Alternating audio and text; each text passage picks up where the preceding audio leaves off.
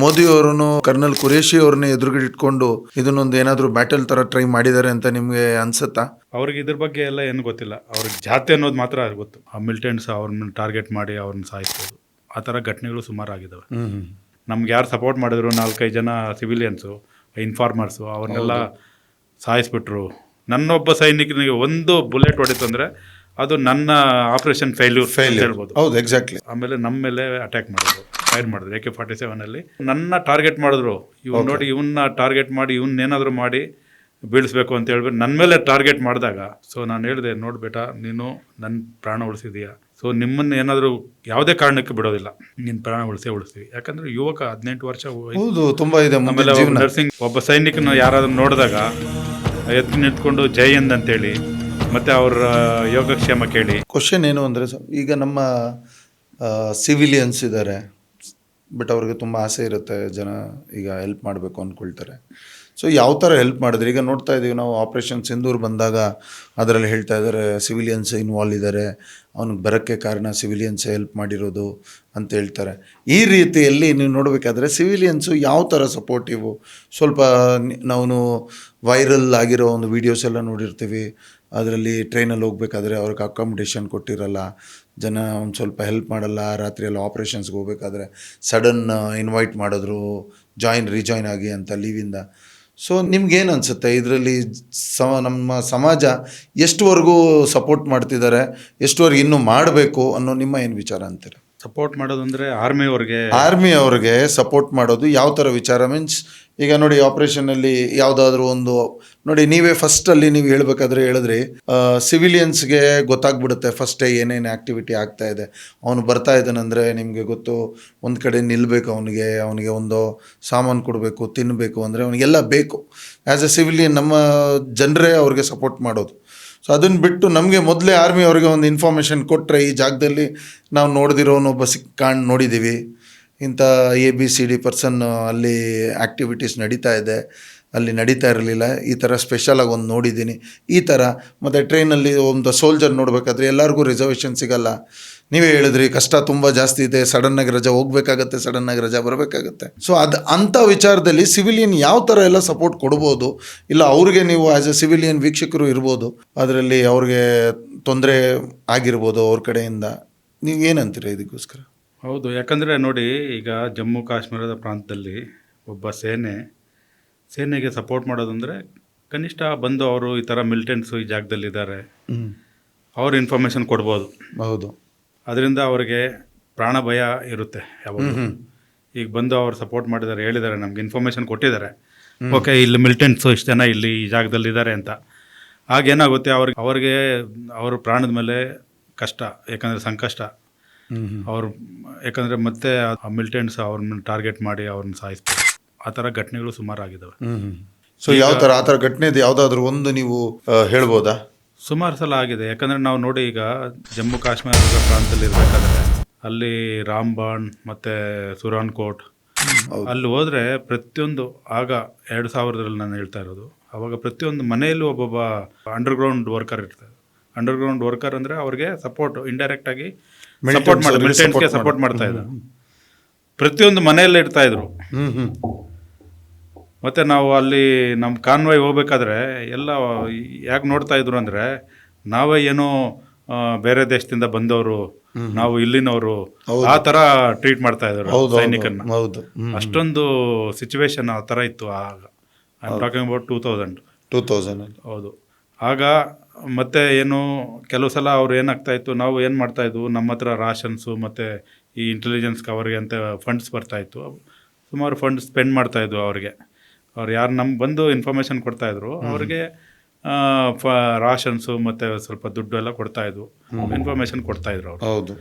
So ನಾವು ಅವ್ರ information ಇಟ್ಕೊಂಡು ನಾವು ಹೋಗಿ ಅಲ್ಲಿ ಅಟ್ಯಾಕ್ ಮಾಡ್ತಾಯಿದ್ವು, ಸುಮಾರು ದಾಳಿಗಳು ಮಾಡೋದು, ಸುಮಾರು ಮಿಲಿಟೆಂಟ್ಸ್ನ ಅಟ್ಯಾಕ್ ಮಾಡೋದು, ಸುಮಾರು ಜನ ಮಿಲಿಟೆಂಟ್ಸ್ನ ಸಾಯಿಸಿದ್ವು.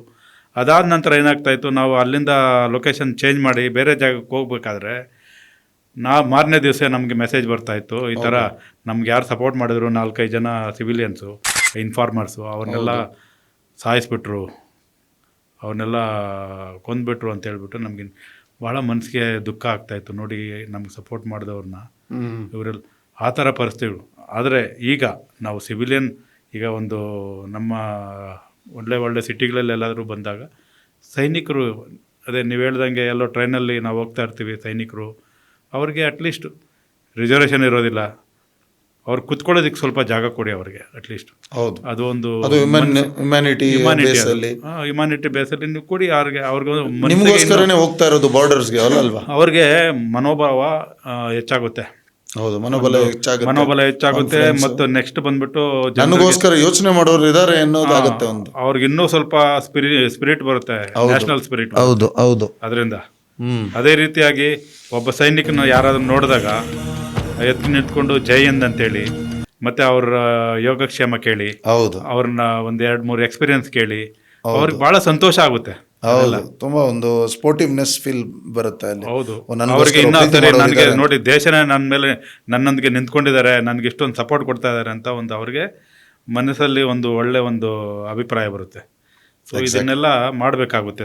ಒಬ್ಬ ಸಿವಿಲಿಯನ್ ಅಂದರೆ ಒಬ್ಬ ನಾರ್ಮಲ್ ಜನರು ಮಾಡಬೇಕು ಇದು. ಸೊ ಇದೇ ಥರ ನಮ್ಮ ದೇಶದಲ್ಲಿ ಈಗ ಮುಂಚೆ ಪ್ಯಾರಾಮಿಲಿಟರಿ ಫೋರ್ಸಲ್ಲಿದ್ದರು, ಈಗ ವುಮೆನ್ ಎಂಪವರ್ಮೆಂಟ್ ಅಂತ ಬರಬೇಕಾದ್ರೆ ನಮ್ಮ ಸೈನಿಕದಲ್ಲಿ ಯಾವ ಥರ ಅವ್ರಿಗೆ ಒಂದು ಚಾನ್ಸಸ್ ಇದೆ, ಎಷ್ಟು ರೆಸ್ಪೆಕ್ಟ್ ಇದೆ, ಸೊ ಯಾವ ಥರ ಅವ್ರದ್ದು ಕೆಲಸ ದಿನಚರಿ ಯಾವ ಥರ ಅವ್ರಿಗೆಲ್ಲ ಇರುತ್ತೆ ಆ್ಯಸ್ ಅ ಆಫೀಸರ್ ಆಗಿ. ಯಾಕಂದರೆ ಈಗ ಸೋಲ್ಜರ್ಸ್ ಆಗಂತೂ ಈಗ ಬರ್ತಾ ಇಲ್ಲ ಅನಿಸುತ್ತೆ, ಸೊ ಆಫೀಸರ್ ಆಗಿ ಬರ್ತಾ ಇದೆ, ಆಫೀಸರ್ ಎಂಟ್ರೀಸ್ ಇದೆ. ಸೊ ಅದರಲ್ಲಿ ಯಾವ ಥರ ಅವ್ರಿಗೆ ಒಂದು ಎನ್ವಿರಾನ್ಮೆಂಟ್ ಕೊಡ್ತಾ ಇದ್ದಾರೆ ಅಲ್ಲಿ? ಈಗ ಮೊದಲನೇದಾಗಿ ಈಗ ND ನ್ಯಾಷನಲ್ ಡಿಫೆನ್ಸ್ ಅಕಾಡೆಮಿಯಲ್ಲಿ ಮೊದಲನೇ ಸಲ ಈಗ ಸುಮಾರು 3 ವರ್ಷಗಳ ಮುಂಚೆ ಇಂಟ್ರೊಡ್ಯೂಸ್ ಮಾಡಿದ್ದಾರೆ ವುಮನ್ ಕ್ಯಾಡೆಟ್ಸ್ಗೆ. ಈ ವರ್ಷ ಈಗ ಕಳೆದ ಜೂನ್ ತಿಂಗಳಲ್ಲಿ NDAದಿಂದ ಪಾಸ್ಔಟ್ ಆಗಿದ್ದಾರೆ ಸುಮಾರು 18 ಜನ ಕ್ಯಾಡೆಟ್ಸು. NDAದಿಂದ IMAಗೆ ಈಗ ಟ್ರೈನಿಂಗ್ ಬಂದಿದ್ದಾರೆ. ಕ್ಯಾಡೆಟ್ಸ್ ಪಾಸ್ಔಟ್ ಆಗಿ ಸುಮಾರು ಲೆಫ್ಟಿನೆಂಟ್ ಆಗಿದ್ದಾರೆ ಈಗ. ಓಕೆ ಓಕೆ, ಮೊದಲನೇ ಸಲ. ಮತ್ತು ಈಗ CMP ಸೆಂಟ್ರಲ್ ಮಿಲಿಟರಿ ಪೊಲೀಸಲ್ಲಿ ಲೇಡೀಸ್ಗೆ ಆದ್ಯತೆ ಕೊಟ್ಟಿದ್ದಾರೆ. ಅವ್ರಿಗೆ ಈಗ ಆಲ್ರೆಡಿ ಅಗ್ನಿವೀರ್ ಸ್ಕೀಮಲ್ಲಿ ಒಂದು 8 ತಿಂಗಳು ಟ್ರೈನಿಂಗ್ ಮುಗಿದು ಅವ್ರಿಗೂ ಪಾಸಿಂಗ್ ಔಟ್ ಸಹ ಆಗಿದೆ. ಓಕೆ. ಮತ್ತು ಈಗ ಲೇಡಿ ಕಮಿಷನ್ಡ್ ಆಫೀಸರ್ಸ್ಗೆ ಈಗ ಕಾಲಾವಧಿ ಅದು ಈಗ 14 ವರ್ಷದವರೆಗೂ ಮಾಡಿದ್ದಾರೆ. ಡ್ಯೂರೇಷನ್ ಆಫ್ ಇನ್ಕ್ರೀಸ್ ಮಾಡಿದ್ದಾರೆ. Duration of service is increased by 14 years now. 14 years, wow. They can become even colonels, full colonels also. Okay okay, ಆ ಒಂದು ಆದ್ಯತೆ ಕೊಟ್ಟಿದ್ದಾರೆ. ಓಕೆ. ಮತ್ತು ಅವರು ಈಗ they can become a lieutenant generals also. There are lieutenant generals in AMC, army medical corps. That's so nice. Okay okay. So ಆ ಥರ ಈಗ ಎಲ್ಲ ಒಳ್ಳೆ, ಯಾಕಂದರೆ ಈಗ ladies are also equivalent to men. Exactly. ಆ ಥರ ಒಂದು ಅವ್ರಿಗೆ ಒಂದು ಪ್ರೋತ್ಸಾಹ ಕೊಡ್ತಾ ಇದ್ದಾರೆ. They are giving, encouraging them. Yes, they are also equivalent. Earlier only for officers, army men officers only. Now there are army lady officers also. Anyway, ಇದರಲ್ಲಿ ಏನು ಹಾಗೆ ಪ್ಯಾರಾಮಿಲಿಟರಿ ಫೋರ್ಸ್ ಅಲ್ಲಿ anyway they are in lower level ಕ್ಯಾಟಗರಿಯಲ್ಲೂ ಅವರು serve ಅದು ಮೊದಲಿಂದಾನೇ ಇದ್ದಾರೆ. ಯಾಕಂದ್ರೆ ಈಗ ನೋಡಿ, ಚಾಲೆಂಜ್ ಇನ್ ಆರ್ಮಿ ಅಲ್ವಾ? It was challenge in army, but now they are given officer rank also, even soldiers also. Okay. They are doing very well also. Okay. So they are at par with officers and men. So ಆ ಥರ ನಿಮ್ಮ ಒಂದು ವಿಚಾರ. ನೀವು ಹೇಳಿದ್ರಿ ನಾನು NCC ಸ್ಕ್ವಾಡ್ಸು ಇದರಲ್ಲಿ ಅಂತ ನೀವು ಸರ್ವ್ ಮಾಡಿದ್ದೀನಿ ಅಂತ. ಸೊ ಇದರಲ್ಲೆಲ್ಲ ಇರಬೇಕಾದ್ರೆ ಆ ಒಂದು ಟ್ರೈನಿಂಗು ಮತ್ತು ನಿಮ್ಮ ಆರ್ಮಿ ಟ್ರೈನಿಂಗು ಯಾವ ಥರ ಇತ್ತು? ಸೊ ಅದರಲ್ಲಿ how you got influenced to the ಬ್ಯಾಟಲಲ್ಲಿ? ನಿಮ್ಮ ಟ್ರೈನಿಂಗ್, ನೀವು ಒಂದು ಒಳ್ಳೆ ಟ್ರೈನಿಂಗ್ ತೊಗೊಂಡಾಗ ನಿಮ್ಮ ಒಂದು ಎಕ್ಸ್ಪೀರಿಯನ್ಸ್ ಯಾವುದಾದ್ರೂ, ನಿಮ್ಮ ಒಂದು ಆರ್ಮಿ ಎಕ್ಸ್ಪೀರಿಯನ್ಸಲ್ಲಿ which ever the battle you have fought and you have very good experience of operation time, ಇಲ್ಲ ನಿಮಗೆ ಯಾರಾದರೂ ಜವಾನ್ ಈ ಥರ ಹೆಲ್ಪ್ ಮಾಡಿದ್ದಾರೆ, ಇಲ್ಲ ಏನೋ ಒಂದು ಆಪ್ರೇಷನ್ ನೀವು ಅವ್ರಿಗೆ ಹೆಲ್ಪ್ ಮಾಡಿದ್ದೀರಾ. ಸೊ ನಿಮ್ಮ ಒಂದು ಒಗ್ಗಟ್ಟು ಆಪ್ರೇಷನಲ್ಲಿ ಯಾವ್ಯಾವ ಥರ ಇದೆ, ನಿಮ್ಮ ಒಳಗಡೆ ಇಂಟರ್ನಲ್ಲಿ ಊಟ ತಿಂಡಿ ಈ ಥರ ಎಲ್ಲ ಇರಬೇಕಾದ್ರೆ ಡ್ರೈನ್ ಔಟ್ ಆದಾಗ ಯಾವ ಥರ ಇರುತ್ತೆ, ಯಾವ ಥರ ನಿಮ್ಮದೆಲ್ಲ ಒಂದು ತುಂಬ ಕಠಿಣವಾದ ದಿನಗಳನ್ನ ನೀವು ಒಂದು ನೆನೆಸ್ಕೊಂಡು ನಮ್ಮ ವೀಕ್ಷಕರಿಗೆ ಅದನ್ನು ಶೇರ್ ಮಾಡ್ಕೊಳ್ತೀರಾ? ನಾನು ಒಂದು ಘಟನೆ ನಿಮ್ಮೊಂದಿಗೆ ಹೇಳೋದಕ್ಕೆ ಇಚ್ಛೆ ಪಡ್ತೀನಿ. 2000ರಲ್ಲಿ ಜಮ್ಮು ಕಾಶ್ಮೀರದ ಪ್ರಾಂತದಲ್ಲಿ ಒಂದು ಭಾಳ ಸೆನ್ಸಿಟಿವ್ ಏರಿಯಾದಲ್ಲಿ ಡಿಪ್ಲಾಯ್ ಆಗಿದ್ವು ನಾವು.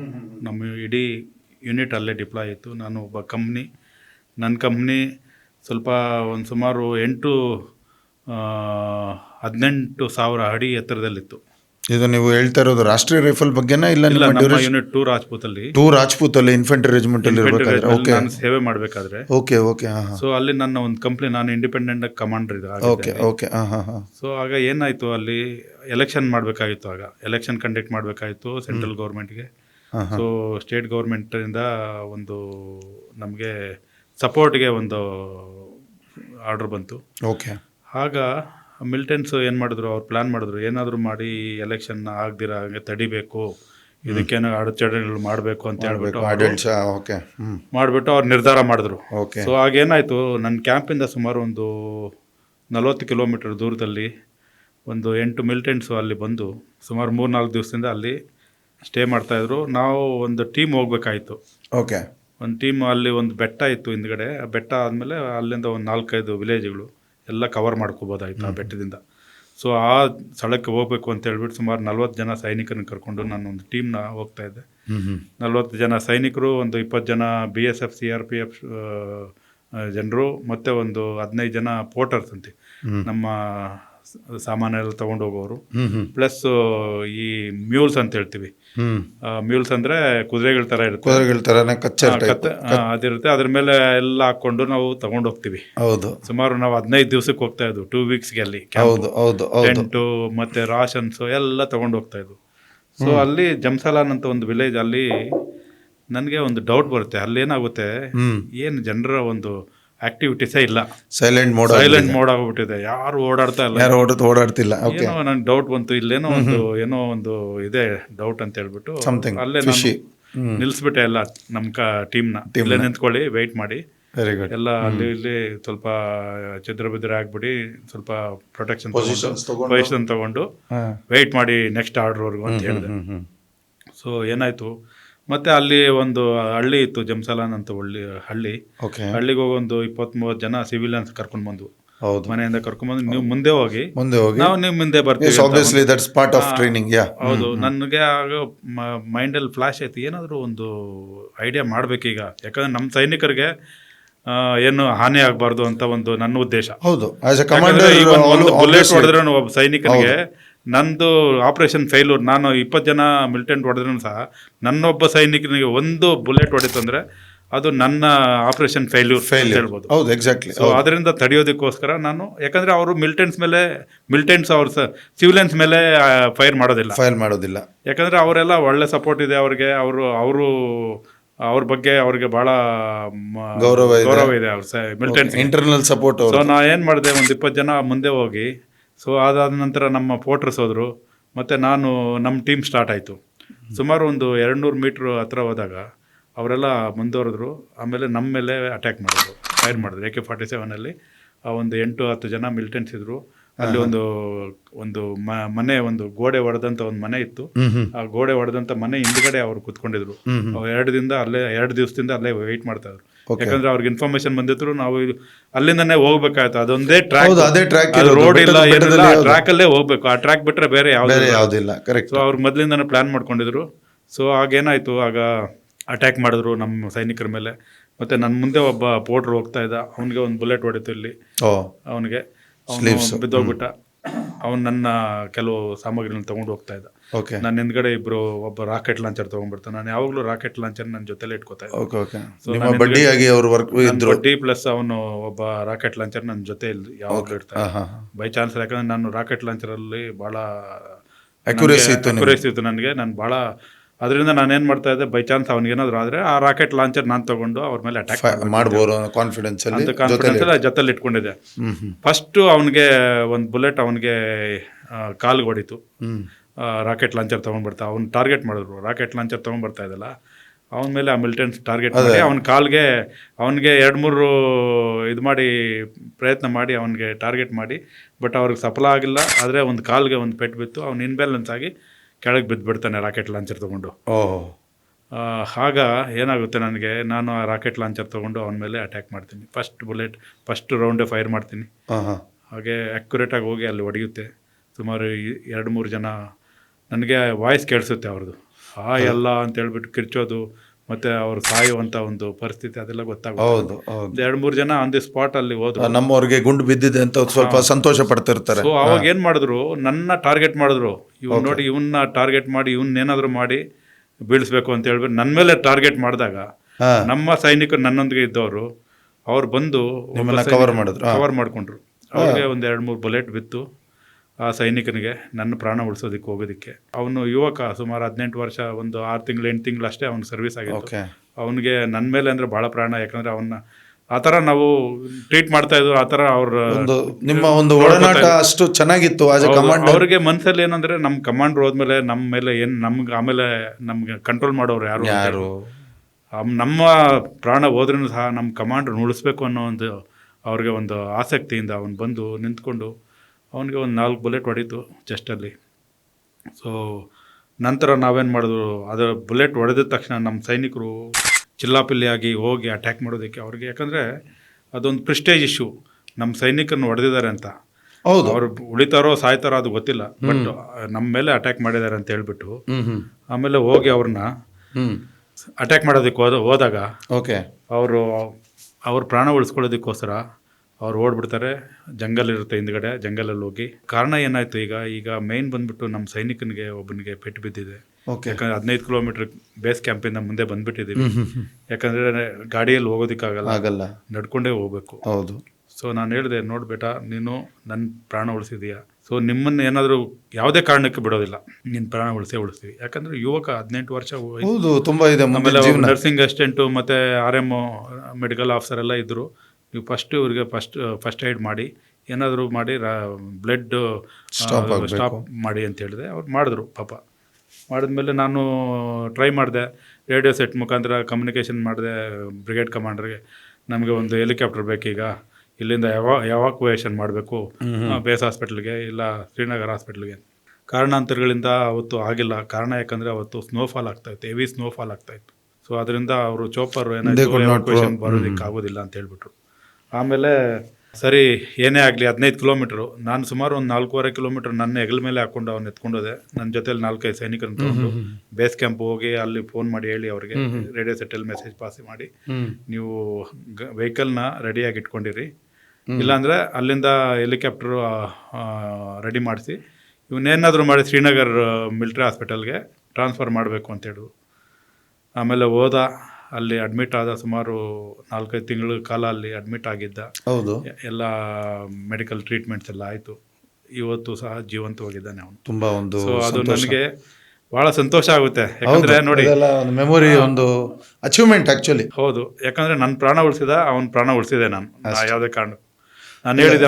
ಅದು ಯಾವತ್ತೂ ಒಂದು ಹೇಗೆ ಅಂದರೆ, ನಮ್ಮ ಇದರಲ್ಲಿ saving a life is bigger than taking a life. So ಯಾರ್ದಾದ್ರೂ ಜೀವ ನಾವು ತೆಗಿಬೋದು, ಬಟ್ ಕೊಡೋಕ್ಕಾಗಲ್ಲ. ಆ ದೇವರು ಒಂದು ಸೃಷ್ಟಿಕರ್ತನೇ ಅದು ಮಾಡಿರೋದು. ಅದನ್ನು ನಾವು ಎಷ್ಟೇ ಮಾಡಿದ್ರೇನು ಈ ರೀತಿಯಾದ ಘಟನೆಗಳು ಸುಮಾರು ಘಟನೆಗಳಾಗಿರುತ್ತೆ. ಅದರಲ್ಲಿ ಒಂದು ಇದು ಒಂದು ಮೆಮೊರೇಬಲ್ ಘಟನೆ. ಯಾಕಂದ್ರೆ ಇದು ಒಂದು ಪ್ರಾಣದ, ಒಬ್ಬ ಸೈನಿಕ ಒಬ್ಬರಿಗೆ ಪ್ರಾಣ ಕೊಟ್ಟಿರುವಂತ ಒಂದು ವೆರಿ ಏನಂತಾರೆ, ಇದು ಸೆಂಟಿಮೆಂಟಲ್ ಅಟ್ಯಾಚ್ ಟು ದಿಸ್. ಹೌದು. ಯಾವ ಥರ ನಿಮ್ಮ ಒಂದು ಮೋಟಿವೇಶನಲ್ ಆಗಿದ್ರಿ ನೀವು, ನಿಮ್ಮ ಟ್ರೂಪ್ ನಿಮ್ಮ ಬಗ್ಗೆ ಒಂದು ವಿಚಾರ ಮನೋಭಾವಗಳಿಗೆ ಹೇಗಿತ್ತು. ಅದೇ ಇದಕ್ಕೆ ಕಾರಣ. ಯಾಕಂದ್ರೆ ನೋಡಿ, ಈಗ ಪ್ರತಿ ಒಂದು ಡಿಪಾರ್ಟ್ಮೆಂಟೇ ಆಗಲಿ, ಒಂದು ಸಂಸ್ಥೆನೇ ಆಗಲಿ, ಅಥವಾ ಯಾವುದೇ ಒಂದು ಆರ್ಗನೈಸೇಷನ್ ಆಗಲಿ, ಯಾಕಂದರೆ ನೀವು ಒಂದು ಕೆಲಸ ಮಾಡೋ ಒಂದು ಜಾಗದಲ್ಲಿ ಒಬ್ಬ ಏನಂತಾರೆ ಟೀಮ್ ಲೀಡರ್ ಇರ್ತಾರಲ್ಲ, ಹೌದು, ಅವ್ರ ಮೇಲೆ ಪರಿಣಾಮ ಬೀರುತ್ತೆ. ಆ ಒಂದು ಕೆಲಸ ಕಾರ್ಯಗಳು ಏನು ಮಾಡ್ತೀವಿ, ಅಥವಾ ಒಂದು ಮೋಟಿವೇಶನ್ ಮಾಡೋದೇ ಆಗಲಿ, ಅದು ಎಲ್ಲರಿಗೂ ಅಪ್ಲಿಕೇಬಲ್ ಆಗುತ್ತೆ. ಹೌದು ಹೌದು. Not only in army, even in civil society also this is applicable. Exactly, that has to be followed. ನಮ್ಮ ಬಾಂಧವ್ಯತೆನ ಅರ್ಥ ಮಾಡ್ಕೊಬೇಕು. ನಾವು ಈಗ ಜಾತಿ ಮತ ಅಂತ ಹೇಳ್ಕೊಂಡು ಒಬ್ರೊಬ್ರನ್ನ ನಾವು ಸಾಯಿಸ್ಬೇಕಾದ್ರೆ, ಇಂಡಿಯನ್ ಆರ್ಮಿಲಿ ಎಲ್ಲ ಥರದ್ದು ಜಾತಿಯವರಿದ್ದಾರೆ. ಅದರಲ್ಲಿ ನೀವು ಹೇಳಿದ್ರಿ, ಈಗ ಅವನು 18 ವರ್ಷದ ಯುವಕ ನಿಮ್ಗೆ ಬಂದ್ಬಿಟ್ಟು ಎದುರು ನಿಂತು ಅವನು ಗುಂಡು ತೊಗೊಂಡಿದ್ದಾನಂದರೆ, a leader is always needed to lead. ನಮಗೆ ನೋಡಿ, ಆರ್ಮಿಯಲ್ಲಿ ಹೇಳಿರೋದಿದೆ ನಮಗೆ, ಮೊದಲನೇದಾಗಿ ಯಾವುದೇ ಜಾತಿ ಇಲ್ಲ, ಯಾವುದೇ ಪಂಗಡ ಇಲ್ಲ, ಯಾವುದೇ ಏನಂತಾರೆ ಭಾಷೆ ಇಲ್ಲ. ನಮಗೆಲ್ಲರೂ ಒಂದೇ, ಎಲ್ಲರೂ ಒಂದೇ. ನಮಗೆ ಯಾವುದೂ ಆಗಲಿ, ಯಾವುದೇ ಭಾಷೆ ಆಧಾರಿತ ಅಥವಾ ಒಂದು ಜಾತಿ ಆಧಾರಿತ ಸೇನೆ ಇಲ್ಲ, ನಾವೆಲ್ಲರೂ ಒಂದೇ. ಯಾಕಂದರೆ ನಾವು ಜೈ ಹಿಂದ್ ಸೇನೆ, ಯಾಕಂದರೆ ಒಂದು ಭಾರತದ ಸೇನೆ ಅಷ್ಟೇ. ಹೌದು. ಸೊ ಇದು ನಮಗೆ, ಯಾಕಂದರೆ ನಮಗೆ ಈಗ ತುಂಬಾ ಒಂದು ರೋಮಾಂಚನವಾದ ಸ್ಟೋರಿನ ಹೇಳಿದ್ದೀರಾ. ಅದ್ರ ಜೊತೆನೆ ನೀವು ನಮಗೆ ಗೊತ್ತಿದ್ದಾಗೆ ಸ್ವಲ್ಪ ರಿಸರ್ಚ್ ಮಾಡಿದಾಗ ನೀವು ಚೈನಾ ಬಾರ್ಡರಲ್ಲೂ ಒಂದು ನಿಮ್ಮ ಜೊತೆ ಒಂದು ಘಟನೆ ನಡೆದಿದೆ. ಅದರಲ್ಲಿ ತುಂಬಾ ಒಂದು ಒಳ್ಳೆ ಒಂದು ನಿಮ್ಗೆ ಅನುಭವ ಆಗಿದೆ, ಅಚೀವ್ಮೆಂಟ್ ಅಂತ ಹೇಳೋದು. ಅದನ್ನು ಒಂದು ಸ್ವಲ್ಪ ನಮ್ಮ ವೀಕ್ಷಕರಿಗೆ ಶೇರ್ ಮಾಡ್ಬೇಕಂತ ಕೇಳ್ಕೊಳ್ತೀನಿ. ಹೌದು, ಇದು 2003ರಲ್ಲಿ ನಮ್ಮ ಯೂನಿಟ್ ಉತ್ತರಾಖಂಡಲ್ಲಿ ಉತ್ತರಾಖಂಡ್ ಹತ್ರ. ಉತ್ತರಕಾಶಿ ಅಂತ ಮತ್ತೆ ಹರ್ಷಲ್ ಅಂತ. ಉತ್ತರ ಕಾಶಿ. ಹರ್ಷಲ್ ಅಂದ್ರೆ ಏನಂತಾರೆ, ಗಂಗೋತ್ರಿ ಎಲ್ಲಿ ಸ್ಟಾರ್ಟ್ ಆಗುತ್ತಲ್ಲ, ಸುಮಾರು 16,000 ಅಡಿ ಎತ್ತರದಲ್ಲಿದೆ. ಗೋಮುಖ್ ಅಂತ ಹೇಳ್ತೀವಿ, ಎಲ್ಲಿ ಗಂಗಾ ನದಿ ಪ್ರಾರಂಭವಾಗುತ್ತೋ ಆ ಸ್ಥಳದಲ್ಲಿ ಯೂನಿಟ್ ಡಿಪ್ಲಾಯ್ ಆಗಿತ್ತು. ನಮ್ಮ ರೋಲ್ಸ್ ಅಂದರೆ ಅಲ್ಲಿಂದ ನಾವು ಏನಾಗ್ತಾಯಿತ್ತು, ನಾವು ಚೈನಾ ಬಾರ್ಡ್ರ್ ಹೋಗ್ತಾಯಿದ್ವು ಪೆಟ್ರೋಲಿಂಗ್. ಸುಮಾರು 120 ಕಿಲೋಮೀಟ್ರು, 140 ಕಿಲೋಮೀಟ್ರು, ಸುಮಾರು ತಿಂಗಳುಗಟ್ಟಲೆ ನಾವು ಹೋಗ್ತಾಯಿದ್ವು. ಯಾಕಂದರೆ ಈಗ ಚೈನಾ ಬಾರ್ಡ್ರಿಗೆ ಹೋಗ್ಬೇಕಂದ್ರೆ ಅಲ್ಲಿಂದ ಸುಮಾರು ಒಂದು 18,000-20,000 ಅಡಿ ಎತ್ತರದವರೆಗೂ ಹೋಗ್ಬೇಕಾಗಿತ್ತು. ಅವಾಗ ಏನಾಗ್ತಾಯಿತ್ತು, ಅಲ್ಲಿಂದ ನಾವು ಒಂದು ಟೀಮ್ ಹೋಗ್ತಾಯಿತ್ತು, ಒಂದು ಪ್ಲಾಟೂನ್ ಸ್ಟ್ರೆಂತಲ್ಲಿ ಸುಮಾರು ಒಂದು 20 ಜನ ಸೈನಿಕರು, ಮತ್ತು ಒಂದು ಅದರ ಜೊತೆಯಲ್ಲಿ ಈ ಪ್ಯಾರಾಮಿಲಿಟ್ರಿ ಫೋರ್ಸಸ್ ಅಂದರೆ BSF CRPF ಸೈನಿಕರು. ಆಮೇಲೆ ನಮಗೆ ಉಳ್ಕೊಳ್ಳೋದಕ್ಕೆ ಅಲ್ಲಿ ಅದೆಲ್ಲ ಅರೇಂಜ್ಮೆಂಟ್ಸ್ಗೆಲ್ಲ ಲಗ್ಗೇಜು ತೊಗೊಂಡು ಹೋಗ್ತಾಯಿದ್ವು. ಅದ್ರ ಜೊತೆಯಲ್ಲಿ ನಮ್ಮ ಮ್ಯೂಲ್ಸ್ ಬರ್ತಾಯಿದ್ವು ನಮ್ಮ ಜೊತೆಯಲ್ಲಿ ತೊಗೊಂಡು ಹೋಗೋದಕ್ಕೆ. ಸುಮಾರು 1.5 ತಿಂಗಳ ಕಾಲ ನಾವು ಪೆಟ್ರೋಲಿಂಗ್ ಹೋಗ್ತಾಯಿದ್ವು, ಲಾಂಗ್ ರೇಂಜ್ ಪೆಟ್ರೋಲ್. ಹೌದು. ಅಂದರೆ ಪ್ರತಿಯೊಂದು 200-300 ಅಡಿ ಹತ್ತಿರಕ್ಕೆ ಹೋದಾಗ ಅಲ್ಲಿ ಅಕ್ಯುಮುಲೇಟೈಸೇಷನ್ ಅಂದರೆ ಉಳ್ಕೊಳ್ಳೋದು, ಅಲ್ಲೊಂದು 5 ದಿವಸ ಉಳ್ಕೋತಾಯಿದ್ವು. ನೆಕ್ಸ್ಟು ಆಮೇಲೆ 5 ದಿನ ಆದಮೇಲೆ ಅಲ್ಲಿ ಡಾಕ್ಟ್ರೆಲ್ಲ ಮೆಡಿಕಲ್ ಚೆಕಪ್ ಆಗ್ತಾಯಿತ್ತು, BP ಎಲ್ಲ ಚೆಕ್ ಮಾಡ್ತಾಯಿದ್ರು. Okay, so you can proceed further ಅಂತ ಹೇಳ್ಬಿಟ್ಟು ಅವ್ರು ಸರ್ಟಿಫಿಕೇಟ್ ಕೊಡ್ತಾಯಿದ್ರು. ಆನಂತರ ಅಲ್ಲಿಂದ ಮುಂದೆ ಹೋಗ್ತಾಯಿದ್ವು. ಸುಮಾರು 40-50 ಜನದಲ್ಲಿ ಮೇಲೆ ಹೋಗ್ತಾ ಹೋಗ್ತಾ ನಮ್ಮ ಸ್ಟ್ರೆಂತ್ ಕಡಿಮೆ ಆಗೋಗ್ಬಿಡ್ತಾಯಿತ್ತು. 40-50 ಜನದಲ್ಲಿ ಸುಮಾರು 10-15 ಜನ ರಿಟರ್ನ್ ಬಂದುಬಿಡ್ತಾಯಿದ್ರು. ಕಾರಣ ಯಾಕಂದರೆ ಅವ್ರಿಗೆ BP ಜಾಸ್ತಿ ಇರೋದ್ರಿಂದ ಅಥವಾ ಆ ಒಂದು ವಾತಾವರಣ ಅವ್ರಿಗೆ ಸೂಟ್ ಆಗ್ತಾ ಇರಲಿಲ್ಲ. ಆವಾಗ ಏನಾಯಿತು, ಸುಮಾರು ಲಮ್ಕಾಗ ಪಾಸ್ ಅಂತಂದು ಒಂದು ಜಾಗ ಇದೆ ಹಿಮಾಚಲ್ ಬಾರ್ಡ್ರಲ್ಲಿ, ಉತ್ತರಾಖಂಡಿಂದ ಹಿಮಾಚಲಿಂದ ಮತ್ತು ಚೈನಾ ಬಾರ್ಡ್ರು. ಸೊ ನಾನು ಹೇಳ್ತಾ ಇದ್ದೀನಿ, ಸುಮಾರು 18,000 ಅಡಿ ಎತ್ತರವರೆಗೂ ಹೋಗಬೇಕು. ನಾವು 4,000 ಅಡಿ ಎತ್ತರದಿಂದ ಪ್ರಾರಂಭ ಮಾಡಿ 18,000ದಿಂದ 20,000 ಅಡಿ ಎತ್ತರವರೆಗೂ ಪೆಟ್ರೋಲಿಂಗ್ ಮಾಡಬೇಕಾಗಿತ್ತು, ಲಾಂಗ್ ರೇಂಜ್ ಪೆಟ್ರೋಲ್. ಸೊ ಅಲ್ಲಿ ಒಂದು ಲಮ್ಕಾಗ ಪಾಸ್ ಅಂತ ಒಂದು ಪಾಸ್ ಇದೆ, ಅದು ಗ್ಲೇಷಿಯರ್. ಅದನ್ನು ಕ್ರಾಸ್ ಮಾಡ್ಕೊಂಡು ಹೋಗಬೇಕು. ಅದನ್ನು ಹತ್ತಬೇಕು ಅಂದರೆ ನಾವು ರೋಪ್ಸ್ ಎಲ್ಲ ಹಾಕಿ ಸ್ಲೀದರಿಂಗ್ ಮಾಡ್ಕೊಂಡು ಹತ್ತಬೇಕು. ಹಿಮಭರಿತವಾಗಿರುತ್ತೆ, ಸ್ಲೈಡ್ ಆಗುತ್ತೆ. ನಾನು ಒಂದು 2 ನಾಯಿಗಳ ಜೊತೆಲಿ ಕರ್ಕೊಂಡು ಹೋಗಿದ್ದೆ, ಸ್ನೈಪರ್ ಡಾಗ್ಸು. ಅಲ್ಲೇನಾದರೂ ಇವು ಐಡಿಸ್ ಅದೆಲ್ಲ ಡಿಟೆಕ್ಟ್ ಮಾಡೋದಕ್ಕೆ. ಸೊ ನಾನು ಅಲ್ಲಿ ಸ್ಲೀದಿಂಗ್ ಮಾಡಬೇಕಾದ್ರೆ ಆ ನಾಯಿನ ಸಹ ನನ್ನ ಬೆನ್ನಿಗೆ ಕಟ್ಕೊಂಡು ಎತ್ಕೊಂಡು ಹೋಗಿದ್ದೆ. ಅದು ನನಗೆ ಭಾಳ ಪ್ರೀತಿ, ಅಂದರೆ ಯಾವಾಗಲೂ ನನ್ನ ಜೊತೆಲೇ ಇರೋದು. ಓಕೆ. ಸೊ ಆ ಥರ ಒಂದು ಇದು. ಮತ್ತು ಅಲ್ಲಿ ಏನು ನಮ್ಗೆ ಬಂದಿದ್ರು ಗೈಡ್ಸು, ಸಿವಿಲಿಯನ್ಸು, ಅಲ್ಲಿ ಲೋಕಲ್ಸು, ಟ್ರ್ಯಾಕಲ್ಲಿ ಕರ್ಕೊಂಡು ಹೋಗೋದಕ್ಕೆ, ಅದೇ ಟ್ರ್ಯಾಕಲ್ಲಿ ಲೀಡ್ ಮಾಡಿ ಅವ್ರಿಗೆ ಭಾಳ ಎಕ್ಸ್ಪೀರಿಯನ್ಸ್ ಇರ್ತಾಯಿತ್ತು. ಓಕೆ.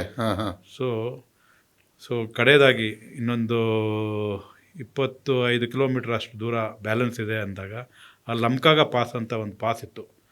ಅದನ್ನು ಕ್ರಾಸ್ ಮಾಡಿ ಆ ಕಡೆ ಹೋದ್ಮೇಲೆ ಹಿಮಾಚಲ ಪ್ರದೇಶ ಬರ್ತಾಯಿತ್ತು. ಅಲ್ಲಿಂದ 28 ಕಿಲೋಮೀಟ್ರ್ ಹೋದರೆ ಚೈನಾ ಬಾರ್ಡರ್ ಪ್ರಾರಂಭ ಆಗ್ತಾಯಿತ್ತು.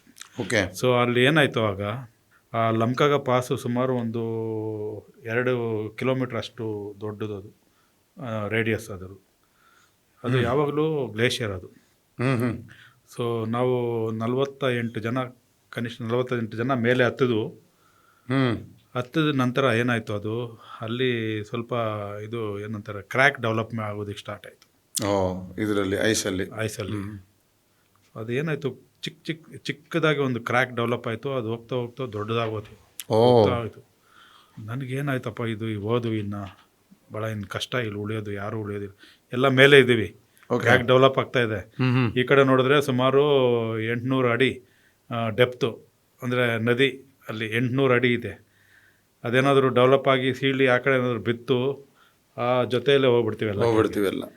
ಸರಿ, ಏನೋ ಉಪಾಯ ಮಾಡಿ ಆದಷ್ಟು ಬೇಗ ಅಲ್ಲಿಂದ ಖಾಲಿ ಮಾಡಬೇಕು, ಕೆಳಗೆ ಇಳಿಬೇಕು ಅಂತ ಹೇಳ್ಬಿಟ್ಟು ಏನೇನೋ ಮಾಡಿ ಹರಸಾಹಸ ಮಾಡಿ ಸೊ ವಿತಿನ್ 7-8 ಮಿನಿಟ್ಸಲ್ಲೇ ಎಲ್ಲರನ್ನು ಏನೋ ಮಾಡಿ ಎತ್ಕೊಂಡು ಬಿದ್ಕೊಂಡು ಮ್ಯೂಲ್ಸು ಡಾಗ್ಸು ಎಲ್ಲ ತಗೊಂಡು ಬಂದು 2 ಸೆಕೆಂಡ್ ಆಗಿಲ್ಲ, ಆದರೂ ಸಹ ಒಂದು ನಾಯಿ ಅಲ್ಲಿ ಉಳ್ಕೊಂಡ್ಬಿಟ್ಟಿತ್ತು ಪಾಪ, ಬರೋದಕ್ಕಾಗಿಲ್ಲ. ಸೊ ಅಲ್ಲಿ ಇಳಿದ್ಬಿಟ್ಟು ಸುಮಾರು ಒಂದು 10 ಸೆಕೆಂಡು 8-10 ಸೆಕೆಂಡ್ ಇರ್ಬೋದು. ಹಿಂದೆ ತಿರುಗಿ ನೋಡಿದ್ವು, ಢಮ್ ಅಂತ ಒಂದು ದೊಡ್ಡ ಸೌಂಡ್ ಬಂತು. ನೋಡಿದ್ರೆ ಬರೀ ಆ ಅರ್ಧ ಇದಿತ್ತಲ್ಲ ಬೆಟ್ಟ, ಅದು ಕುಸಿದು ಒಳಗೋಗ್ಬಿಟ್ಟು ನೀವು ಅದನ್ನ ಪಾಸ್ ಮಾಡ್ಕೊಂಡು ಬಂದಿದ್ದೀರಾ? ಅಲ್ಲೇನಾದ್ರು ಆ ಕ್ಷಣದಲ್ಲಿ ನಾವು ಇದ್ದಿದ್ರೆ 10 ಸೆಕೆಂಡಲ್ಲಿ ನಾವು ಯಾರು ಉಳಿತಾ ಇರಲಿಲ್ಲ. ಮೂಳೆಗಳು ಸಹ ಸಿಗ್ತಾ ಇಲ್ಲ. ಎಲ್ಲಿ ಮೂಳೆಯಲ್ಲಿ ನೀವು 18 ಏನಂತ 8,000 ಅಡಿ ಕೆಳಗೆ ಪ್ಲಸ್ ನದಿ ಬಹಳ ಫಾಸ್ಟ್ ಆಗಿ ಬೀಳ್ತಾ ಇತ್ತು. ಎಲ್ಲ ದೊಡ್ಡ ಜಾಸ್ತಿ ಫೋರ್ಸ್ ಆಗಿ ನೀರು ಬರ್ತಾ ಇತ್ತು.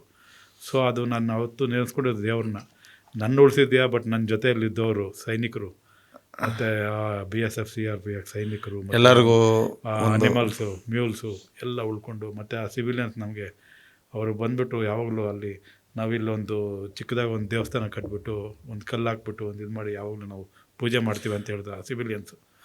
ಅಷ್ಟೊಂದು ನಮ್ಮ ಪ್ರಾಣ ಉಳಿದಿದೆ ಇವತ್ತು. ಅಷ್ಟೊಂದು ನಮ್ಮ ಅದನ್ನು ಆ ಸಂಗತಿಯನ್ನು ನಾನು ಜನ್ಮದಲ್ಲಿ ಯಾವಾಗಲೂ ಮರೆಯೋದಕ್ಕಾಗ. ವೆರಿ ಗುಡ್ ಎಕ್ಸ್ಪೀರಿಯನ್ಸ್, ತುಂಬ ಒಂದು ರೋಚಕವಾದ. ಸೊ ಇದೇ ರೀತಿ ಚಿಕ್ಕ ಚಿಕ್ಕ ಘಟನೆಗಳು ಸುಮಾರು ಸಲ ಆಗಿದೆ. ಈಗ ಯಾಕಂದರೆ ಒಂದು ಸಲ ಪೆಟ್ರೋಲಿಂಗ್ ಹೋಗ್ತಾ ಇರ್ತೀವಿ ನಾವು, ಅಲ್ಲಿ ಸ್ಲೈಡಿಂಗ್ ಆಗುತ್ತೆ. ಅಲ್ಲಿ ಆ ಭಾಗದಲ್ಲಿ ಸುಮಾರು ಲ್ಯಾಂಡ್ ಸ್ಲೈಡಿಂಗ್ ಆಗ್ತಾಯಿತ್ತು. ಹೌದು. ನಾನು ಒಂದು 8 ಜನ ಕರ್ಕೊಂಡು ಒಂದು ಪೆಟ್ರೋಲಿಂಗ್ ಹೋಗ್ತಾ ಇದ್ದೀನಿ ಅಂದರೆ ಹಿಂತಿರುಗಿ ನೋಡಿದ್ರೆ ನನ್ನ ಹಿಂದೆ ಬರೋರು 3 ಜನ ಇರ್ತಾ ಇರಲಿಲ್ಲ.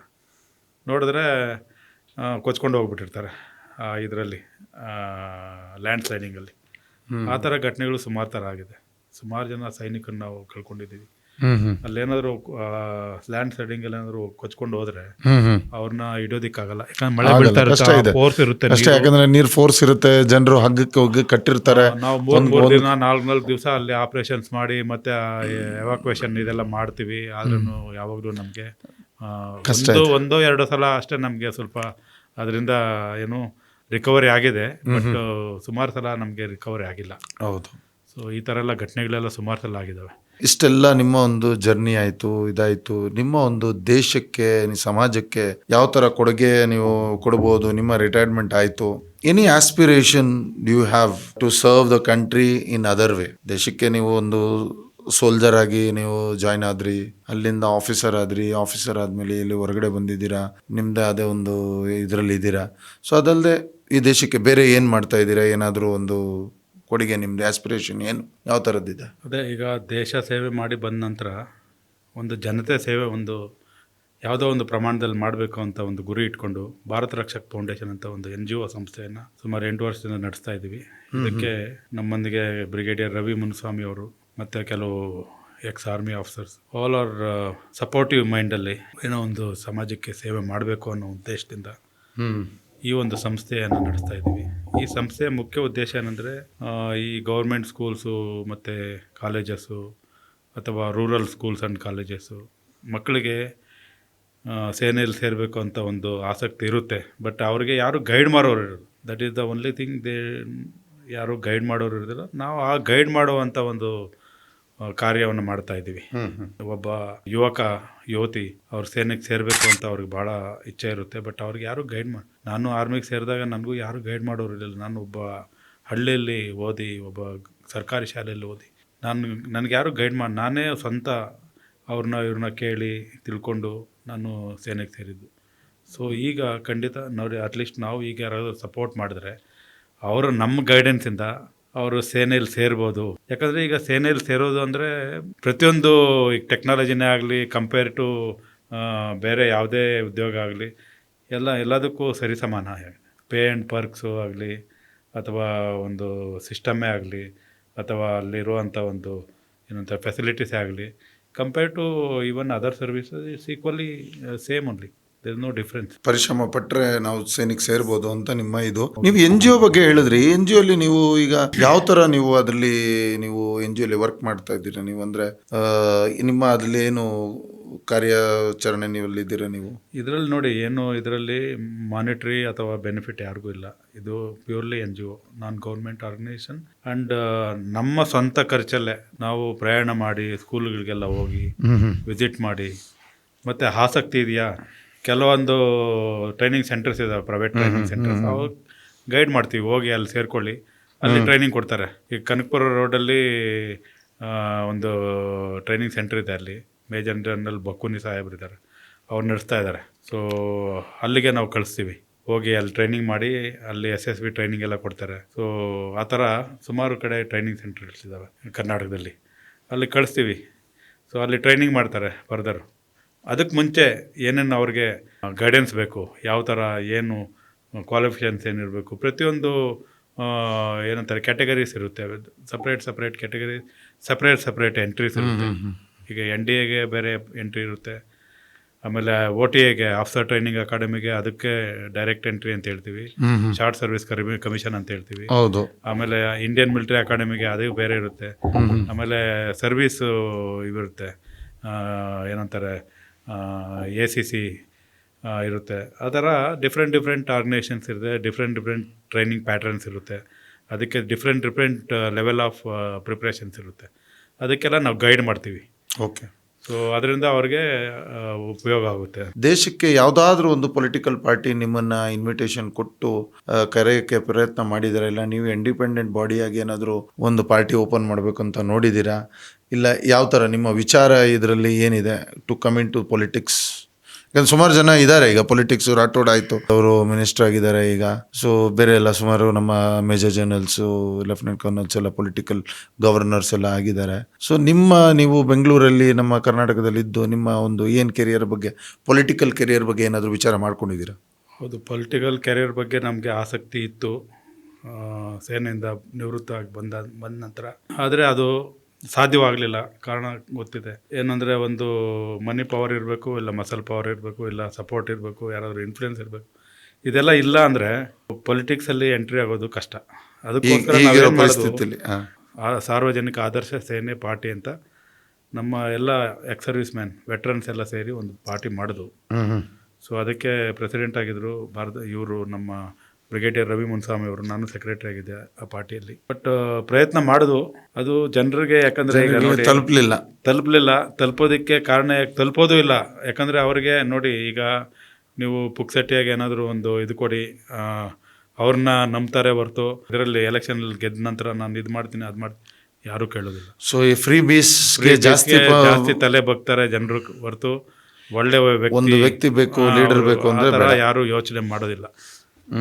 ಏನಾದರೂ ಒಂದು ಪೊಲಿಟಿಕಲಲ್ಲಿ ನಮ್ಮ ಚಾನೆಲ್ನ ನೋಡಿ ಯಾರು ನಿಮ್ಮ ಮಾತುಗಳನ್ನೆಲ್ಲ ಕೇಳಿ ಯಾವುದಾದ್ರೂ ಒಂದು ಪೊಲಿಟಿಕಲ್ ಪಾರ್ಟಿ ನಿಮ್ಮನ್ನು ಇನ್ವಿಟೇಷನ್ ಕೊಡ್ತು ಅಂದರೆ, ಸೊ ನಿಮ್ಮ ಯಾವ ಪಾರ್ಟಿ ಸೇರ್ಬೋದು? ಈಗ ಮೇಜರ್ ಆಗಿ ನಿಮ್ಮ ನ್ಯಾಷನಲ್ ಪಾರ್ಟೀಸ್ಗಳು 2 ಪಾರ್ಟಿ ಇದೆ, ಒಂದು BJP, ಕಾಂಗ್ರೆಸ್, ಬಾಕಿ ಎಲ್ಲ ನಾರ್ಮಲ್ ಆಗಿದೆ. ಸೊ ಅದರಲ್ಲಿ ದಳ ಆಯಿತು ಅದೆಲ್ಲ. ಸೊ ನಿಮ್ಮ ಒಂದು ಇನ್ಸ್ಪಿರೇಷನ್, ನೀವು ಹೇಳಿದ್ರಲ್ಲ ನಾನು RSS ಬ್ಯಾಕ್ಗ್ರೌಂಡು ಅದು, ಸೊ ಅದರಿಂದ ಇನ್ಫ್ಲೂಯೆನ್ಸ್ ಆಗಿ ಹೋಗ್ತೀರಾ? ಇಲ್ಲ oldest party national Congress party ಇದೆ, ಆ ಪಾರ್ಟಿನ ಜಾಯ್ನ್ ಆಗ್ತೀರಾ? ಸೊ ನಿಮ್ಮ ಏನು ವಿಚಾರ ಇದ್ರ ಮೇಲೆ? ಇಲ್ಲ, ನಾವು ಖಂಡಿತ ನೋಡಿ, ಪಾರ್ಟಿ ನಮ್ಗೆ ಯಾವುದಾದ್ರೂ ಆಫರ್ ಬಂದರೆ BJP ಪಾರ್ಟಿ, ಯಾಕಂದ್ರೆ ನ್ಯಾಷನಲ್ ಪಾರ್ಟಿ ಮತ್ತು RSS ಬೇಸ್ಡ್ ಪಾರ್ಟಿ. ನಾವು ಚಿಕ್ಕ ಹುಡುಗನಿಂದ ನಾವು RSSಗೆ ಗೌರವ ಕೊಡ್ತೀವಿ, ಮತ್ತು ನಮ್ಮ ಸನಾತನ ಧರ್ಮಕ್ಕೆ ಯಾವಾಗಲೂ ನಾವು ಗೌರವ ಕೊಡ್ತೀವಿ. ನನಗೆ ಜಾತಿ ಧರ್ಮ ಇಲ್ಲ, ಯಾಕಂದರೆ ನಮ್ಮ ದೇಶ, ನಮ್ಮ ಭಾರತ ಅನ್ನುವಂಥ ನಮ್ಮ ಮನಸ್ಸಲ್ಲಿದೆ. ಆ ಒಂದು ಇಚ್ಛೆಯಿಂದ ನಮಗೆ BJPಯಿಂದ ನಮ್ಗೆ ಬಂದರೆ, ಆಫರ್ ಬಂದರೆ ಖಂಡಿತ ನಾವು ಒಪ್ಪಿಗೆ. BJP ಪಾರ್ಟಿನ ನೀವು, ಭಾರತೀಯ ಜನತಾ ಪಾರ್ಟಿನ ನೀವು ಆಯ್ಕೆ ಮಾಡ್ಕೊಳ್ತೀರಾ ಅಂತ ನೀವು ಹೇಳ್ತಾ ಇದ್ದೀರಿ. ಸೊ ಭಾರತೀಯ ಜನತಾ ಪಾರ್ಟಿನ ಯಾಕೆ ನೀವು ಆಯ್ಕೆ ಮಾಡ್ಕೋಬೇಕು ಅಂತ? ಯಾಕಂದ್ರೆ ನಿಮ್ಗೆ ಹೇಳ್ದೆ ನಾನೀಗ, ಇಂಡಿಯನ್ ನ್ಯಾಷನಲ್ ಕಾಂಗ್ರೆಸ್ ಪಾರ್ಟಿ ಇದ್ದಾರೆ, ರಾಹುಲ್ ಗಾಂಧಿ ಅವ್ರ ನೇತೃತ್ವದಲ್ಲಿ ಇಷ್ಟೊಳ್ಳೆ ಒಂದು ಅಪೋಸಿಷನ್ ಪಾರ್ಟಿ ಇದೆ, ಸುಮಾರು ಜನ ಅದರಲ್ಲಿ ಅವ್ರನ್ನ ಫಾಲೋವರ್ಸ್ ಇದ್ದಾರೆ. ಈಗ ನೋಡ್ತಾ ಇದ್ದೀರಾ, ಮೋದಿ ಅವರು ಕರ್ನಾಟಕದಲ್ಲಿ ತುಂಬಾ ಬಹುಮತದಲ್ಲಿ ಸೋತು ಸುಣ್ಣ ಆಗಿ BJP ಅವರು ಹೋಗಿದ್ದಾರೆ. ನಿಮಗೆ ಸೆಂಟ್ರಲ್ ಇರೋ ಪಾರ್ಟಿ, ನೀವು ತಿರ್ಗಾ ಇನ್ನೊಂದ್ಸತಿ BJP ಬರ್ಬೋದು ಅನ್ನೋ ಒಂದು ನಿಮಗೆ ವಿಚಾರ ಇದೆಯಾ? ಖಂಡಿತ ಬರ್ಬೋದು. ಯಾಕಂದರೆ ನೋಡಿ, ಕೆಲವೊಂದು ವಿಚಾರಗಳು ಕಾರಣಾಂತರಗಳಿಂದ BJP ಸೋತಿದೆ. ಬಟ್ ಮುಂದೆ ಬರೋ ದಿನಗಳಲ್ಲಿ BJP ಮತ್ತೆ ಬರುತ್ತೆ. ಅದರಲ್ಲೇನು ಸಂದೇಹನೇ ಇಲ್ಲ. ಯಾಕಂದರೆ ನೋಡಿ ನಾನು ಯಾಕಂದರೆ ಆರ್ ಎಸ್ ಎಸ್ ಬ್ಯಾಕ್ಗ್ರೌಂಡಿಂದ ಬಂದವನು. ನನಗೆ ದೇಶಾಭಿಮಾನ, ದೇಶಿ ಪ್ರೀತಿ ಅದು ನನಗೆ ಮುಖ್ಯ. ಬಟ್ ಕಾಂಗ್ರೆಸ್ ಪಾರ್ಟಿ ನೀವು ಹೇಳ್ತೀರಾ, ಅದನ್ನು ನ್ಯಾಷನಲ್ ಪಾರ್ಟಿನೇ ಒಪ್ತೀನಿ. ಬಟ್ ಪ್ರತಿಯೊಬ್ಬ ಪಾರ್ಟಿಯ ಸಿದ್ಧಾಂತಗಳೇ ಆಗಲಿ, ಅವುಗಳ ಒಂದು ಏನಂತಾರೆ ಹಿನ್ನೆಲೆಗಳೇ ಆಗಲಿ, ಅಥವಾ ಅವರು ಪ್ರೋತ್ಸಾಹಿಸುವಂಥ ಒಂದು ಕಲ್ಚರೇ ಆಗಲಿ, ಅದು ಟೋಟ್ಲಿ ಡಿಫ್ರೆಂಟ್ ಆಗಿರುತ್ತೆ. ಅದು ಬಂದ್ಬಿಟ್ಟು man to man and person to person ಅಂತ ಹೇಳ್ತೀವಲ್ಲ. ಅಲ್ಲ, ಆಸ್ ಎ ಸೋಲ್ಜರ್ಸ್ ನೀವು ನೋಡಿದ್ದೀರಾ, ಕಾಂಗ್ರೆಸ್ ಟೈಮಲ್ಲಿ ನೀವು ಸರ್ವಿಸ್ ಮಾಡಿದ್ರಿ ಅಂತ ಹೇಳಿದ್ರಿ.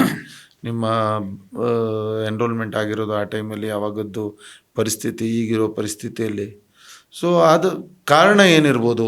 ನಮ್ಮ ಕರ್ನಾಟಕ ಒಂದು ಸರ್ಕಾರ ಬರಬೇಕಾದ್ರೆ ಜನರಿಗೆಲ್ಲ ವಿಷಯ ಗೊತ್ತಿದ್ದು BJP ಬಹುಮತಕ್ಕೆ ಬರಲಿಲ್ಲ, ಯಾಕೆ ಅಂತ ನೀವು ಆಸ್ ಎ ಲೀಡರ್ ನಿಮ್ಮ ಏನು ವಿಚಾರ ಇದ್ರ ಮೇಲೆ? ನೋಡಿ, ಅದು ಕಾರಣ ಯಾಕಂದರೆ ಈಗ ಜನರ ಪರಿಸ್ಥಿತಿ ಯಾವ ಥರ ಆಗಿದೆ ಅಂದರೆ, ಏನು ನಾವು ಫ್ರೀಯಾಗಿ ಕೊಡ್ತೀವಿ, ಸೊ ನಮಗೆ ಸಹಾಯ ಮಾಡಿ ಅಂತ ಹೇಳಿದ್ರೆ, ಅದನ್ನು ನೋಡಿ, ಈಗ ಮನುಷ್ಯರಲ್ಲಿ ಜನರಲ್ಲಿ ಈಗ ಒಂದು ಸ್ವಾವಲಂಬನೆ ಅಂತ ಹೇಳ್ತೀವಲ್ಲ, ನಮ್ಮ ಭಾರತ, ನಮ್ಮ ದೇಶ ಚೆನ್ನಾಗಿರಬೇಕು ಅನ್ನೋದು ಅವರು ಯೋಚನೆ ಮಾಡೋದಿಲ್ಲ. ಈಗಾಗಲೇ ಕೆಲವು ಕಡೆ ಈಗ BJP ಮೆಜಾರಿಟಿ ಯಾಕೆ ಬರ್ತಾ ಇದೆ ಬೇರೆ ಕಡೆಗಳಲ್ಲೆಲ್ಲ? ಯಾಕಂದರೆ ವಿದ್ಯಾವಂತರು ಹುಡುಗರು, majority of people from India, they are educated and youth, they are supporting BJP. Then what is the future of India? ಯಾಕಂದರೆ ಸುಮಾರು ಈಗ 2 ಎಲೆಕ್ಷನ್ ಬದಲಾವಣೆ ನೋಡಿದ್ದಾರೆ 10 ವರ್ಷದಿಂದ. ಈಗ 11ನೇ ವರ್ಷ. ಇದಕ್ಕೆ ಮುಂಚೆ ಯಾವ ಥರ ಇತ್ತು? ಫಾರ್ ಎಕ್ಸಾಂಪಲ್ ನಾನು ಹೇಳ್ತೀನಿ, ನಮ್ಮ ಆರ್ಮಿ ಸ್ಟೇಟಸ್ ನೋಡಿ ಯಾವ ಥರ ಇತ್ತು, ಯಾವ ಲೆವೆಲ್ಗೆ ಬಂದಿದೆ ಈಗ.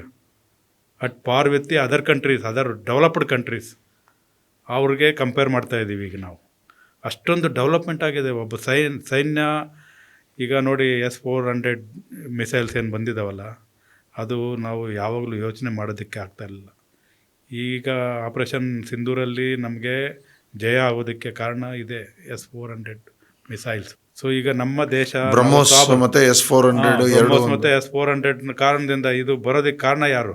ಈ ಒಂದು ಟೆಕ್ನಾಲಜಿ ಡೆವಲಪ್ಮೆಂಟ್ ಆಗಬೇಕಂದ್ರೆ ಇದಕ್ಕೆ ಕಾರಣ ಯಾರು? ಪ್ರತಿಯೊಂದು ವಿಷಯದಲ್ಲಿ ನಾವು ಪ್ರತಿಯೊಂದಕ್ಕೂ BJP ಸರ್ಕಾರ ಅಲ್ಲ, ನಾನು ಡೈರೆಕ್ಟ್ ಆಗಿ BJP ಸರ್ಕಾರ ಅಂತ ಹೇಳ್ತಾ ಇಲ್ಲ.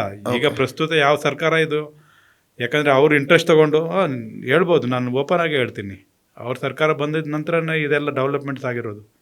ಎಷ್ಟು ಡೆವಲಪ್ಮೆಂಟ್ಸ್ ಆಗಿದೆ, ರೋಡ್ಸೇ ಆಗಲಿ, ಬಾರ್ಡರ್ ಏರಿಯಾ ರೋಡ್ ಡೆವಲಪ್ಮೆಂಟೇ ಆಗಲಿ, ಮತ್ತು ಅಲ್ಲಿ ಎಕ್ವಿಪ್ಮೆಂಟ್ಸೇ ಆಗಲಿ, ಪ್ರತಿಯೊಂದರಲ್ಲೂ ಇವನ್ ಟೆಕ್ನಾಲಜಿ, ಇವನ್ ರೈಲ್ವೆ ಡೆವಲಪ್ಮೆಂಟ್ಸ್ ಇದೆಲ್ಲ ಬಂದ್ಬಿಟ್ಟು ಇವರ ಸುಮಾರು ಕಿಲೋಮೀಟರ್ಸ್ ಮಾಡಿದೀವಿ ಅಂತ ಹೇಳ್ತಾ ಇದ್ದಾರೆ. ಕಾಂಗ್ರೆಸ್ ಅವರು ಹೇಳ್ತಾ ಇದ್ದಾರೆ, ನಾವು ಇದಕ್ಕೆ ಅಕ್ವಿಸಿಷನ್ ಅಲ್ಲಿ ಫಸ್ಟ್ ನಾವೇ ಲ್ಯಾಂಡ್ ಅಕ್ವಿಸಿಷನ್ ಮಾಡಿ ರೈಲ್ವೆಗೆಲ್ಲ ಬಿಟ್ಟು ಕೊಟ್ಟಿದ್ಕೇನೆ ಇವ್ರಿಗೆ ಮಾಡಕ್ಕೆ ಅವಕಾಶ ಬಂದಿದ್ದು. ಒಂದೇ ಭಾರತ್ನ ನಮ್ಮ ಪ್ಲಾನ್ ಇತ್ತು, ಸೊ ಎಲ್ಲಾನು ನಾವು ಮಾಡಿರೋದು ನಾವು ಮಾಡ್ತಾ ಇದೀವಿ ಅಂತ ಹೇಳ್ತಿದ್ದಾರೆ. ಹೌದು, ಅದು ಈಗ ಅವ್ರು ಕ್ಲೈಮ್ ಮಾಡ್ಬೋದು, ನಾವೇ ಇನಿಷಿಯೇಟಿವ್ ತಗೊಂಡಿದ್ದು, ನಾವು ಈಗ 20 ವರ್ಷ ಅಲ್ಲ 30 ವರ್ಷ ಆಗಿದ್ರೂ ಏನೂ ಆಗ್ತಾ ಇರಲಿಲ್ಲ.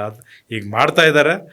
ಅವರು ಕ್ರೆಡಿಟ್ ತಗೊಳ್ಳೋದಕ್ಕೆ ಏನಾದರೂ ಹಿಂದ್ಗಡೆ ಬ್ಯಾಕ್ಗ್ರೌಂಡಲ್ಲಿ ಹೇಳ್ಬೋದು. ಈಗ ಪೊಲಿಟಿಕಲ್ ಲೆವೆಲಲ್ಲಿ ಜಾತಿ ಜಾತಿ ಜಾತಿ, ಈಗ ನೀವು ರಘುರಾಮ್ ರೆಡ್ಡಿ ಅಂತ ಹೇಳ್ತಾ ಇದ್ದೀರಿ. ನಿಮ್ಮ ರೆಡ್ಡಿ ಕಮ್ಯುನಿಟಿಯಲ್ಲಿ ನಿಮಗೆ ಯಾವ ಥರ ನೀವು ಅನ್ಕೊಳ್ತೀರಾ? ನಿಮಗೆ ಬೆಂಬಲ ಸಿಗ್ಬೋದು, ಇಲ್ಲ ನಿಮಗೆ ಸಪೋರ್ಟ್ ಸಿಗ್ಬೋದು? ಯಾವ ಕಮ್ಯುನಿಟಿಯಿಂದ ನಿಮಗೆ ರಾಜಕೀಯಲ್ಲಿ ಬಂದರೆ ಸಿಗ್ಬೋದು ಅನ್ನೋ ನಿಮ್ಮ ಒಂದು ಇದು, ಇಲ್ಲ ನಿಮ್ಮ ಎಬಿಲಿಟಿ ಆಸ್ ಎನ್ ಆಫೀಸರ್ ಆಗಿ ನಿಮಗೆ ಸಪೋರ್ಟ್ ಮಾಡ್ತಾರೆ, ಇಲ್ಲ ಜಾತಿ ಅಂತ ಸಪೋರ್ಟ್ ಮಾಡಕ್ಕೆ ಹೋಗ್ತಾರೆ? ಯಾಕಂದರೆ BJPಯಲ್ಲಿ ಲಿಂಗಾಯತರು ಅದು ಇದು ಅಂತ, ಅದು ಜಾತಿವಾದ ಏನಿದೆಯಾ ಈಗ, ಅದರಿಂದ ಭಾಳ ಪೆಟ್ಟು ಬಿದ್ದಿದೆ ಈ ಪೊಲಿಟಿಕ್ಸ್ಗೆ. ಯಾಕಂದರೆ ಒಂದು ರೀತಿಯಲ್ಲಿ ಹೇಳ್ಬೇಕಂದ್ರೆ ಇದರಲ್ಲಿ ಅಡ್ವಾಂಟೇಜು ಇದೆ, ಇದರಲ್ಲಿ ಡಿಸ್ಅಡ್ವಾಂಟೇಜ್ ಇದೆ.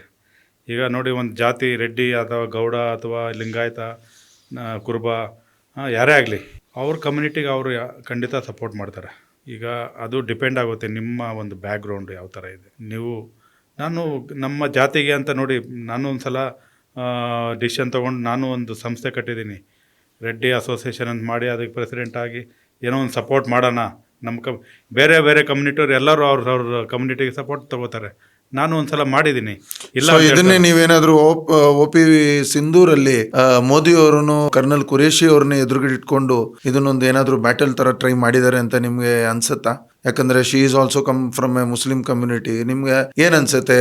ಒಂದೊಂದು ಚಾತುರ್ಯವಾದ ಒಂದು ಡಿಸಿಷನ್ ತಗೊಂಡಿರೋದು ಅಂತ ನೀವು ಫೀಲ್ ಆಗುತ್ತಾ? ಹೆಂಗ್ ಅನ್ಸುತ್ತೆ? ಹೌದು, ಖಂಡಿತ. ನೋಡಿ, ಈಗ ಈಗ ಜಾತಿನ ಈಗ ಪೊಲಿಟಿಕಲ್ ಲೀಡರ್ಸ್ಗೆ ಏನಂದ್ರೆ ಅವ್ರಿಗೆ ಇದ್ರ ಬಗ್ಗೆ ಎಲ್ಲ ಏನು ಗೊತ್ತಿಲ್ಲ. ಅವ್ರಿಗೆ ಜಾತಿ ಅನ್ನೋದು ಮಾತ್ರ ಗೊತ್ತು. ಅವರ ಕರ್ನಲ್ ಕುರೇಶಿ ಅವ್ರನ್ನ ಇಟ್ಕೊಂಡು ಲೇಡಿ ಆಫೀಸರ್ ಮುಸ್ಲಿಮ್ಸ್ ಅಂತ ಹೇಳಿ ಮುಸ್ಲಿಮ್ನ ಒಂದು ಇದು ಮಾಡಬೇಕು ಅಂತ ಹೇಳಿ ಅವ್ರಿಗೆ. ಸೊ ಅಂದ್ರೆ ಮುಸ್ಲಿಂ ನೀವು ದೇಶಕ್ಕೆ ತುಂಬಾ ಕೊಡುಗೆ ಕೊಡ್ಬೋದು ಅನ್ನೋ ಒಂದು ಮೆಸೇಜ್ ನ ಕೊಡಕ್ ಪ್ರಯತ್ನ ಮಾಡಿದ್ದಾರೆ ಅಂತ ಹೇಳ್ತಾ ಇದ್ದೀರಾ ನೀವು? ಹೌದು, ಮುಸ್ಲಿಂ ಸಹ ದೇಶಕ್ಕೆ ಕೊಡುಗೆ ಕೊಡಬಹುದು ಅಂತ ಒಂದು ಮೆಸೇಜ್ ಕಳಿಸೋದಕ್ಕೆ, ಜನರಿಗೆ ತಿಳುವಳಿಕೆ ಮಾಡಿಸೋದಕ್ಕೆ. ಸೊ ಬರೀ ನೀವು ಜಾತಿ ಬಗ್ಗೆ ಅಲ್ಲ, ದೇಶದ ಬಗ್ಗೆನೂ ಯೋಚನೆ ಮಾಡಬೇಕು ಅನ್ನೋ ಒಂದು ನಮ್ಮ ವಿಚಾರ. ದೇಶ, ನಮ್ಮ ಭಾಷೆ, ನಮ್ಮ ಏನಂತಾರೆ, ನಮ್ಮ ದೇಶದ ಮುಸ್ಲಿಂ ಸಹ ನಮ್ಮ ದೇಶಕ್ಕೆ ಕಾಂಟ್ರಿಬ್ಯೂಟ್ ಮಾಡ್ಬೋದು, ಅವರಲ್ಲೂ ಸಹ ಒಂದು ಆ ಶಕ್ತಿ ಇದೆ ಅಂತ ತೋರಿಸ್ಕೊಳ್ಳೋದಕ್ಕೆ ಕೆಲವು ಸಲ ಅವ್ರು ಪ್ರಯತ್ನ ಮಾಡಿದ್ದಾರೆ ಅವ್ರನ್ನ ಇಟ್ಕೊಂಡು. ಸೊ ಅದು ತಪ್ಪು. ಅದು ಆ ಥರ ಮಾಡಿದ್ರೆ ತಪ್ಪು. ಅದು ಜನರಿಗೆ, educated people knows, okay, this is going to be publicity, not for the anybody's development or anybody's this thing ಏನಂತಾರೆ support. So that everybody's knows. So Jammu ಕಾಶ್ಮೀರಲ್ಲಿ ಇಷ್ಟೊಂದು ಸ್ಟೋನ್ ಪ್ಯಾಲೆಟ್ಸ್ ಆಗ್ತಾ ಇತ್ತು, ಸೊ ಈಗ ತುಂಬ ಕಮ್ಮಿ ಆಗಿದೆ ಅಂತ ಹೇಳ್ತಿದ್ದಾರೆ. ಸೊ ಇದ್ರ ಕಾರಣ ಎಜುಕೇಷನ್ ಇಲ್ಲ ಮುಸ್ಲಿಂ ಕಮ್ಯುನಿಟಿಯವರು ಅವರಲ್ಲಿ ವಿಚಾರಗಳು ಬದಲಾವಣೆ ಆಗಿದೆಯಾ? ಈಗ ಆ ಕಮ್ಯುನಿಟಿ ಅಲ್ಲಿ ಜಮ್ಮುವಲ್ಲಿ ನಾನು ನೋಡ್ತೀನಿ ಜನರ ವಿಚಾರಗಳು ಚೇಂಜ್ ಆಗಿದೆ. ಅದೇ ನಮ್ಮ ಈ ಕಡೆ ಸೌತ್ ಅಲ್ಲಿ ಇರೋ ಮುಸ್ಲಿಮ್ಸ್ ವಿಚಾರಗಳು ಬೇರೆ ಇದೆ. ಯಾಕೆ ಅವರು ಎಲ್ಲರೂ ಹೇಳ್ತಾರೆ ಎಲ್ಲರೂ ಒಂದೇ ಇರ್ತಾರೆ, ಮಸ್ಜಿದಲ್ಲಿ ಒಂದೇ ಹೇಳ್ಕೊಡ್ತಾರೆ, ಅದೇ ಬೇರೆ ಬೇರೆ ವಿಚಾರಗಳು ಮುಲ್ಲಾ ಹೇಳ್ಕೊಡ್ತಾರೆ. ಬಟ್ ಯಾಕೆ ಆ ಚೇಂಜಸ್ ಏನು ಬರ್ತಾ ಇದೆ? ಪಾಕಿಸ್ತಾನಲ್ಲಿರೋ ಮುಸ್ಲಿಮ್ಸ್ಗೂ ಇಂಡಿಯನ್ ಮುಸ್ಲಿಮ್ಗೂ ಯಾವ ತರ ವ್ಯತ್ಯಾಸ? ನೀವು ರೀಸೆಂಟ್ ಆಗಿ ನೋಡಿದ್ರಿ, ಡೆಲಿಗೆನ್ಸಿ ಆಯ್ತು, ನಮ್ಮ ಒಬ್ಬ ಮುಸ್ಲಿಂ ಲೀಡರ್ ಬಂದ್ಬಿಟ್ಟು ಹೋಗಿದ್ರು, ಡೆಲಿಗೇಟ್ಸ್ ಅಲ್ಲಿ ಮಾತಾಡ್ಕೊಂಡು ಬಂದಿದ್ರು, ರಿಲೇಟೆಡ್ ಅಟ್ಯಾಕ್ ಆನ್ ಪಾಕಿಸ್ತಾನ್ ಬಗ್ಗೆ ಮಾತಾಡಕ್ ಹೋಗಿದ್ರಲ್ಲ. ಸೊ ನೀವು ಏನ್ ವಿಚಾರ ನಿಮ್ಮ ಇದ್ರ ಮೇಲೆ? ಈ ಬೇರೆ ಬೇರೆ ವಿಚಾರ ಯಾಕೆ ಬರ್ತಾ ಇದೆ? ಹಿಂದೂ ಮುಸ್ಲಿಂ ಅನ್ನೋ ವಿಚಾರ ಮುಸ್ಲಿಂ ಅಲ್ಲಿ ಜಾಸ್ತಿ ಯಾಕಿದೆ? ಅದು ಮುಸ್ಲಿಮ್ಸ್ ಅಲ್ಲಿ ಕಾರಣ ಯಾಕಂದ್ರೆ ಈಗ ಜಮ್ಮು ಕಾಶ್ಮೀರ ಪ್ರಾಂತದಲ್ಲಿರುವಂಥ ಮುಸ್ಲಿಮ್ಸು ಅವ್ರ majority of people are from Pakistan relatives.